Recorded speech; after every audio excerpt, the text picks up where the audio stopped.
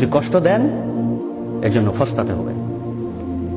লিখে রাখেন, মাকে কষ্ট দিয়েছেন, লাথি মেরেছেন, আঘাত করেছেন, ধাক্কা দিয়েছেন, বৃদ্ধাশ্রমে পাঠিয়েছেন, জাহান্নামে আপনার নামটা লিখে নিন।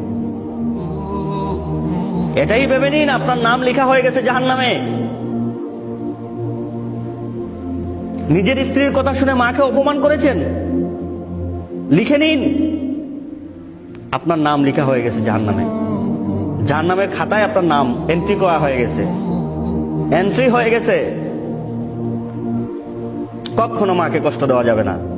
নিজের মেয়ে থাকলে মায়ের সামনে নিজের মেয়েকে মা বলে সম্বোধন করবেন না। নিজের মেয়েকে নাম ধরে ডাকবেন, মা বলবেন না। আপনার মেয়েকে আপনি মা বলবেন, আপনার মা আপনার মুখের দিকে তাকিয়ে থাকবে, তাকিয়ে থাকবে আপনার মুখের দিকে, যে ও ওর মেয়েকে কিভাবে মা বলতেছে।